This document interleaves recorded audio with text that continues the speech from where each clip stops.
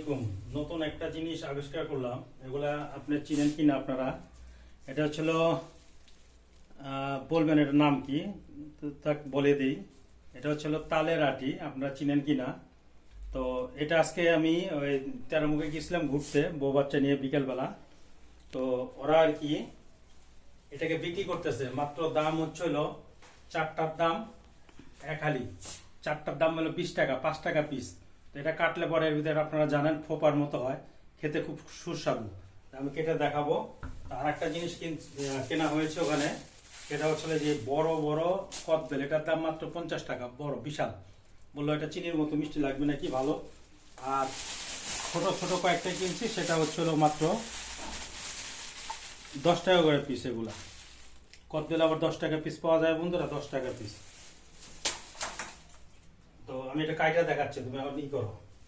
এটা হয়েছে, এখন আমি দেখানোর জন্যে চামিচ আছে কিনা, চলো চামিচে দেখাই।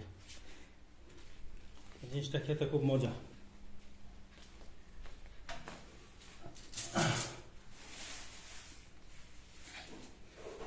একটু দূরত্ব নাও, একটু দূরত্ব নাও। এই যে এটা হলো ছোট, এক সাইড খাও, আমি খাই। মিষ্টি অনেক, তাই না? খুবই মিষ্টি, খুব মজা লাগে। এটা বুঝাই যাচ্ছিল যে জিনিসটা অনেক পুরু, মানে অনেক দিনের।